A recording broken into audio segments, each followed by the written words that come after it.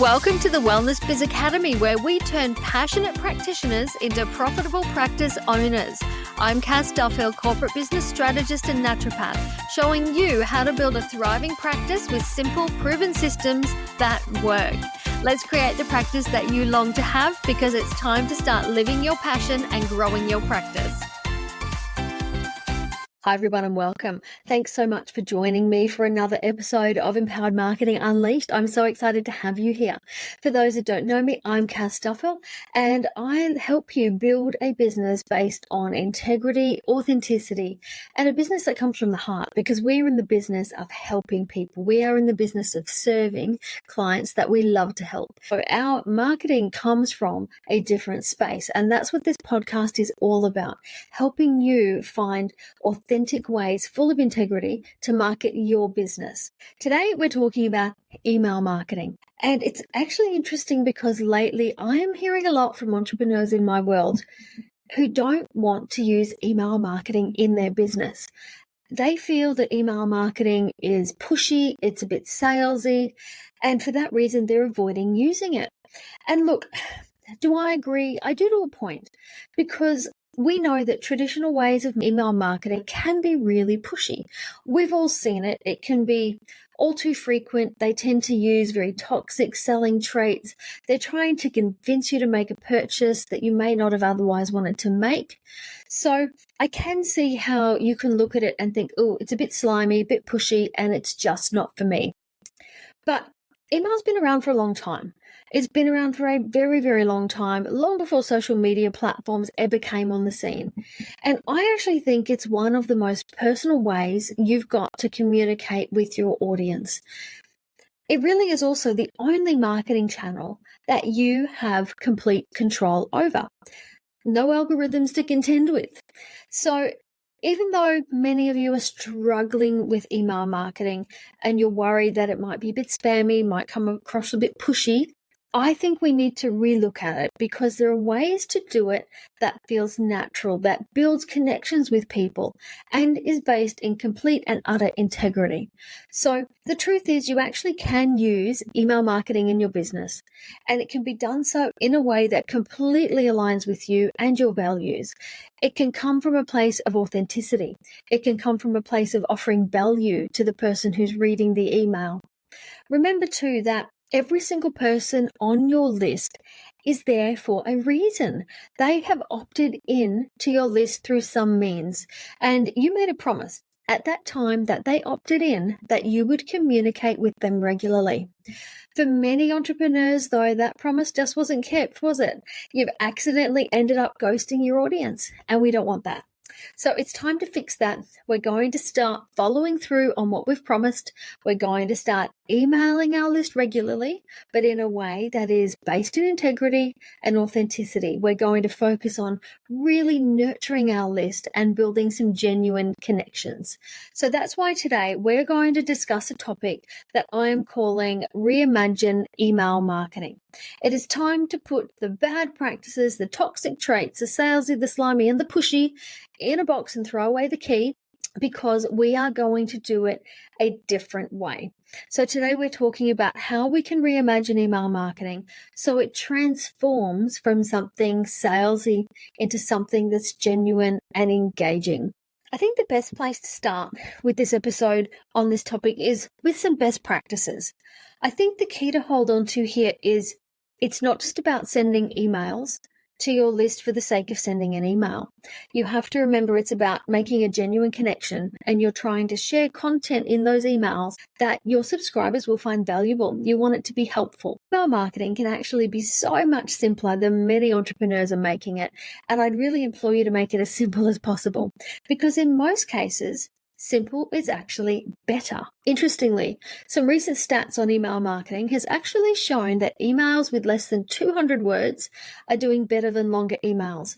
As it's small, it's easy to consume. In a fast-paced world where your audience, your subscribers are so busy, they're struggling to find time for things. So a short, concise, to the point email actually shows that you respect them and that you respect how busy their lives are. So I think that's a really nice way to go. Frequency is also an important one too, and a question I get a lot, because just like Goldilocks, my friend, there is a sweet spot right in the middle of email marketing that you need to find. Email too frequently and people will unsubscribe. Email too infrequently and your audience will forget you exist. So you need to find that middle ground. I personally still believe that one email a week is plenty, as I personally do not like to receive more. If I get more than one, I'm sorry, I unsubscribe. I have too much to do and I don't have enough time. I'm happy to get one a week from the people that I've subscribed to, and that is it. However, statistics disagree with me on this one. Statistics right now say that 2 a week is actually the sweet spot. So it is really up to you. But what we also know, though, is that when you hit 3 emails a week, your unsubscribe rate will increase. The people who are remaining on your list, they really want to hear from you because they haven't unsubscribed, but you will lose people if you start hitting that 3 emails or more in a week. Bear in mind here too, we're talking about regular emails. Some would call them newsletters back in the day. So the frequency you would use for launches and promotion emails is different again. So newsletter is that weekly missive that you're sending to your subscriber list. Then when you are launching something, promoting it, opening card on something, you might send with a different frequency. The key with those is to send what you need to get your promotional point across without becoming spammy. With your regular emails, you really want to be staying top of mind without overwhelming your subscribers and losing them in the process. The next part people ask me about is the open and the click-through rates. And it's something that entrepreneurs really worry about with email marketing. Now, these are an indicator of how well your audience is receiving your content. Right now, the average open email rate varies across industries, but in this sort of service space that we're all in, it's really somewhere between 20 and 30%. A lot of my clients right now, probably most of them actually have open rates in the 30% and the high 30%. My own emails sit anywhere between 50 and 65%, which is a really good rate, but I've worked long and hard for a couple of years now to get it to that. The key with your open rate, you need to learn what your subscribers want to read and give them that. The more you do that, the better your open rate will be. The next indicator metric that you're looking for is called a click-through rate, which shows the percentage of people who take action and click a link in your email. Industry stats right now are saying anywhere between 3 and 5% is good. My clients are actually achieving 10 to 20% across the board, which is great. And my own click rate is sitting there as well, and I'm getting some around the 25%. So that's fantastic. We want to be achieving that, and it shows that we're giving our subscribers what they want to see. So you need to be analyzing these metrics and put what works in your emails. When you're looking at these metrics as well, these will help you gauge the effectiveness of your campaign so you can make the right steps moving forward. And you will see that you might share a certain offer or a certain promotion and you get no click-throughs. Well, then maybe that's not what your audience wants to see. You might want to try something else. So now that we've got the best practices and the stats and the foundation stuff out of the way, how on earth do we make email marketing feel less salesy, slimy, pushy, and scammy? Well, my friend, this starts with you. And it starts with you coming from that heart-centered space, that space where you are truly of service and you're desiring to help. Because when you make a genuine connection and you're offering valuable information that your subscribers actually want, you actually can't be salesy and you can't be pushy. And remember too that simply putting a call to action in an email is not pushy. There is nothing pushy about making an offer. It's up to the reader whether they click the button or not. You're not there twisting their arm. So you actually can't be pushy with an offer like that if it's worded in the right way. So there's a few other things you can consider in your emails that will help you move further away from being salesy and slimy as well. The first one is personalization. By addressing the email to your subscriber, you could put their name in the subject line, you could put their name in the actual email header. It actually increases delivery rate by about 6 times when their name is in the email subject line, which is great. Now, a small little caveat here, please make sure you've got the names right. Nothing upsets your subscriber more than having an email come out with the wrong name on it. Now, the second thing you can do is tell stories. People love stories. Stories are engaging, they're relatable. So you could share some anecdotes with your values and explain why you love a certain thing or why you are passionate about the niche that you work in. Share your mission and why you do what you do. You could share something about your life so they could get to know you and connect with you. And what's interesting is the most popular piece of content in my email quite often last year was a segment I called Behind the Veil. And that's where I took my subscribers behind the scenes of what was really going on in my world, because being an entrepreneur is not all roses and bubblegum. I shared everything from sick kids to a busted septic tank to a cat that was bitten by a deadly snake. My subscribers heard it all and they loved it. So the ultimate aim here is to turn an email from a slimy sales pitch into a missive of connection, a missive of engagement. So if you can think about the value you're providing before anything else, yes, you may want to share your new offer. You might want to invite them to book, but what value are you giving before that? Always think about it in terms of what's in this for your reader. Whether it's educational content, it could be tips, it could be a free resource. Make your email beneficial to them in some way. It builds trust. It shows that you're not just after a sale, but you're also there to add value to their lives. You really want to help.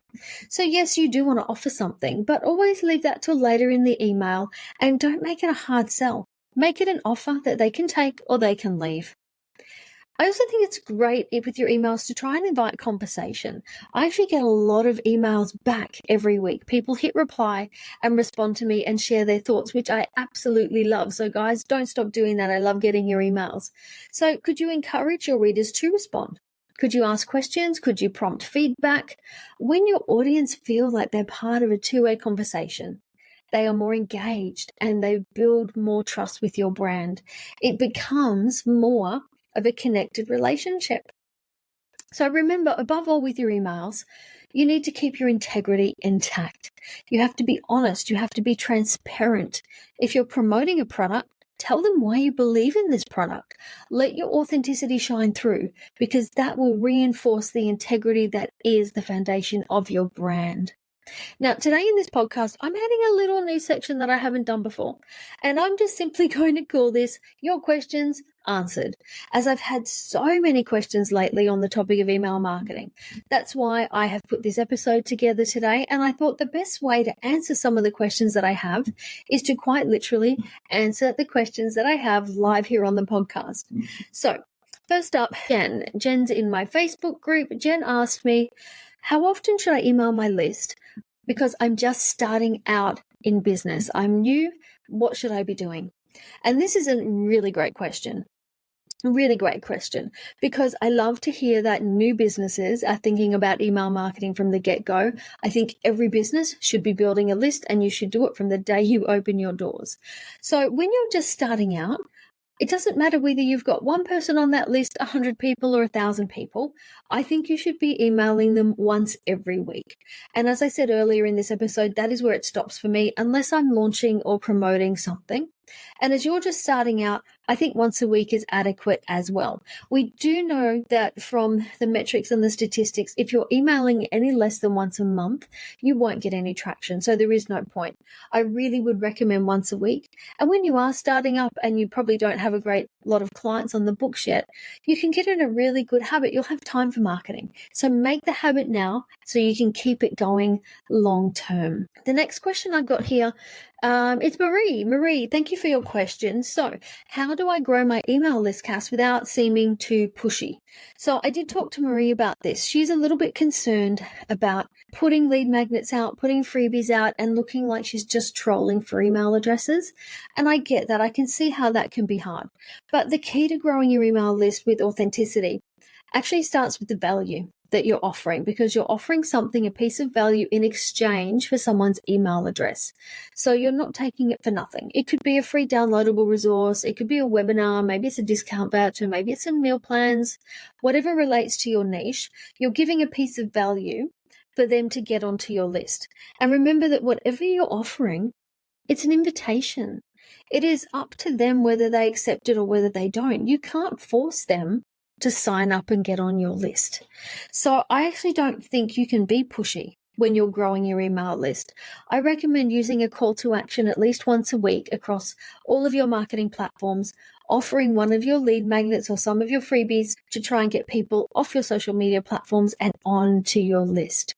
But remember, ultimately, signing up is their choice. So I don't think you can be pushy. And I think sometimes that's just how we feel about it. It's not how it really is. Now, the next question I've got here is from Sarah.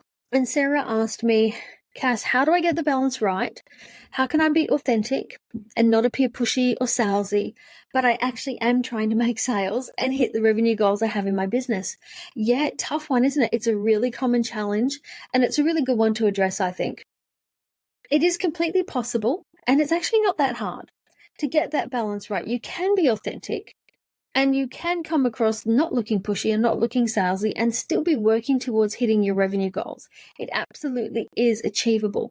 And it's in the way that you share your offers and promote what you do. There is a really big difference between sharing in your email something like, I've got this great offer that's going to solve this problem that you have, and I think you might like it, versus, I've got this solution, you can come and buy it, but if you don't get my solution, you're going to continue to suffer from the horrible thing that you have. Can you see how one is really putting them down, making them feel bad? We're trying to manipulate them into buying. If you don't come and buy, you're always going to have that problem. You're going to feel terrible forever just because you didn't buy my thing. That's guilt tripping, that's manipulation, that's salesy, and that's not us. When you're making a genuine offer, you can't go wrong. It's about putting the client's needs above your own needs to make a sale. And that maintains the integrity of you, your brand, your business.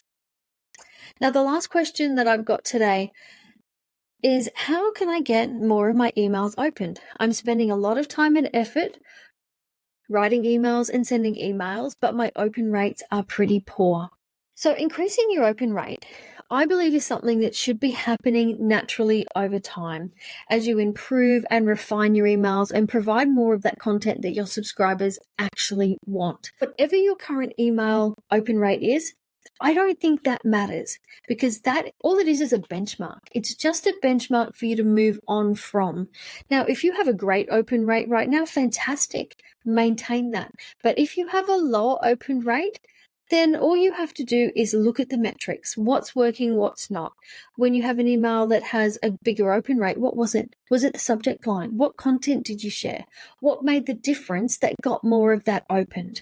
So, starting with a compelling subject line is really important, because that subject line is the main driver of your email being opened. You also want to avoid subject lines that are really clickbaity, or they might sound very cliche.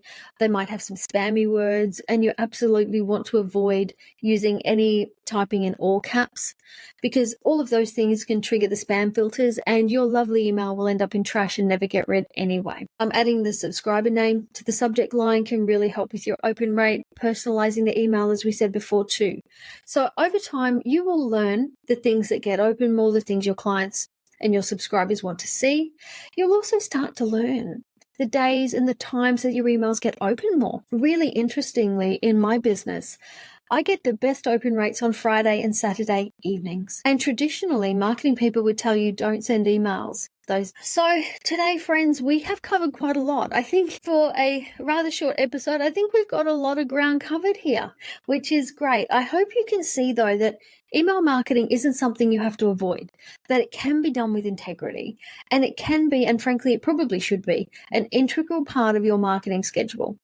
Using some of the strategies that I've shared with you here, it will help your emails feel more personal and less pushy. First and foremost, though, remember that email marketing needs to be about fostering relationships and offering valuable content. It's so much more than transactional, and it's so much more than just hunting for sales. So if your motivation in sending your email is that, making sale, making a transaction, you're coming from the wrong place. What you need to do is take the tips that I've shared today and enact them in your business, because I know they get results.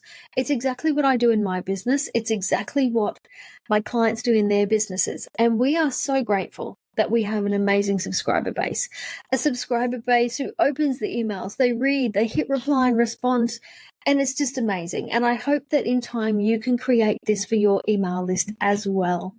So I hope you've enjoyed today's episode. It's been a pleasure to be here with you. If you have some questions that you would like answered on this show about anything to do with marketing with heart and integrity, please let me know. I'm very happy to answer whatever questions that you have. Be sure to subscribe so you don't miss an episode. And if you have time, my friend, I would love it if you would leave a review. I'd be really grateful, and I do read them all. So till next time, have a great week and keep using empowered, heart-centered marketing to build your business the right way. Bye for now. Thank you for listening to the Wellness Business Academy podcast with me, Cass Duffield. If you are interested in growing your practice, come get my free guide, The Practice Success Toolkit, at cassduffield.com or grab it in the show notes. Thanks for being here, and I'll see you next time.